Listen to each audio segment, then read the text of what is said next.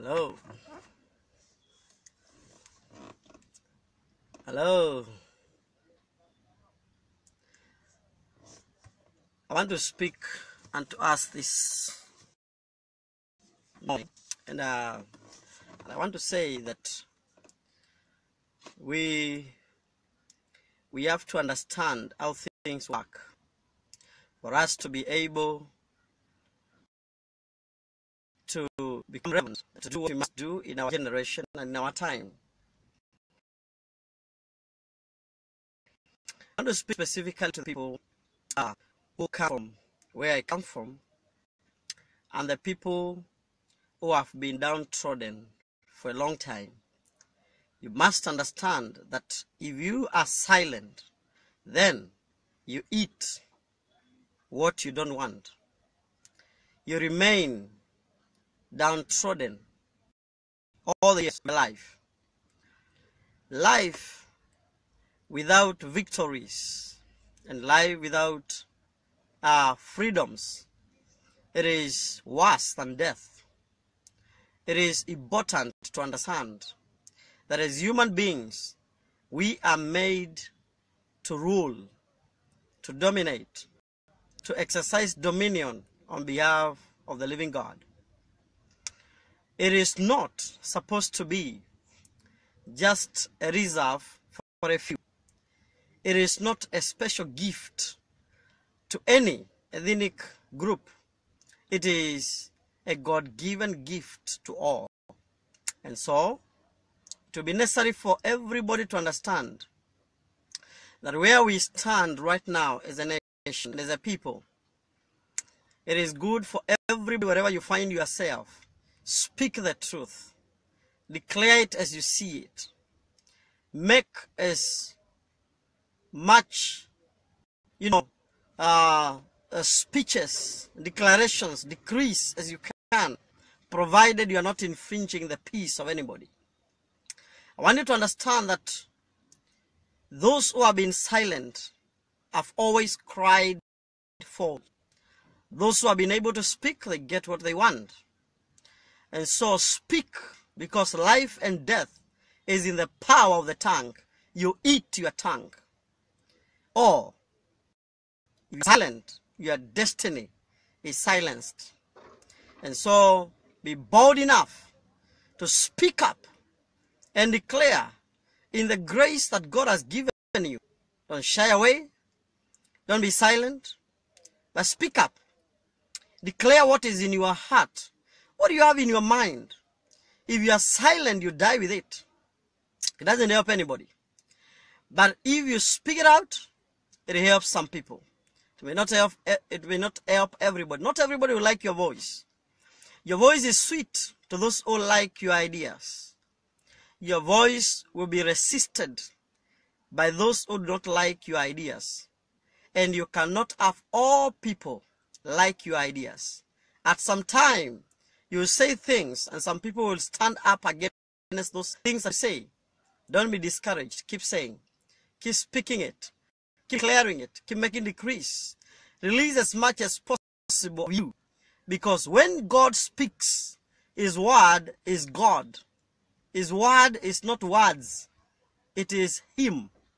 And when man speaks, the words that a man speaketh are a portion of his life going out and influencing his environment. I want you to be careful how you take things from now henceforth. Speak up. Declare things. I'm impressed by the way the people, especially those who are born again, who are supporting the president, are speaking out. And they make it look like, for sure, Uhuru Kenyatta is the choice of God. And is a saint. Is invaluable. But I find it not so with many other people who are supporting other candidates. They do not understand the power of their speech. Now, mine is not to campaign for anyone, but I want to declare that as a child of God in Kenya, speak what is in your mind. Many people fear to speak because you might be killed. You only die once. I want you also to understand, some of us, we don't fear to speak because we are dead. You cannot kill a dead man twice. And so we speak. And tomorrow we still speak. And the next day we shall still decree things. Why? Because this is what is in our minds. We were fashioned, wired by God to speak. And nobody can take that right away from me, or that right away from you, unless you give them the permission to. If you give them the permission to silence you, your friends will silence you. Your parents will silence you. Your tribesmen will silence you. Your peers will silence you. The people who are older than you will silence you. Your Eliabs will silence you. Your Goliath will silence you. But if you choose to speak, your words may have an impact. So choose to speak, for you eat your tongue.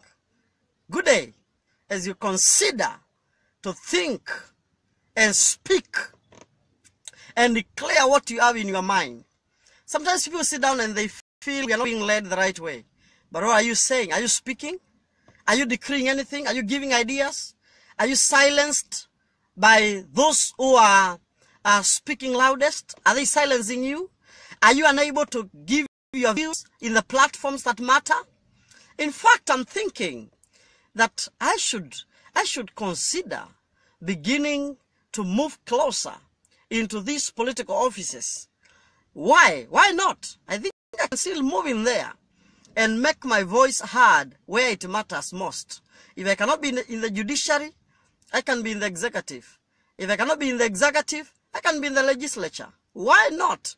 Because I think I have something that needs, that this nation needs. And so, if I can't speak it and it is hard from the pulpit, then we meet out there. You are protected by demons, I'm protected by God. There is power that is backing you. There is power that is backing me. And so we meet out there. That is where men meet. You cannot be threatened and you remain under the bed and you are a man. No, you have to come out. Declare what God has given you. If God has put anything above your shoulders, show it and release it by your words. Before you speak, we don't know you and we don't know what is happening with you. But when you begin speaking, you deliver lives, you release life, you heal the sick, you deliver the bound, you speak and deliver minds, you speak and you shape opinions, and ideas from you begin to be ideas that rule the people. A famous philosopher said that the philosophy of the classroom today becomes the philosophy of the government tomorrow. What are you developing in you? And are you speaking out? Speak it out. Come on, don't shy away. We cannot be wailing and crying. We need the cream of the society to be out there and up there, so that we don't continue to think that things are not happening the right way. Things go wrong when good people say and do nothing. As you think about what you can do and make our nation a better place. God bless you in Jesus' name.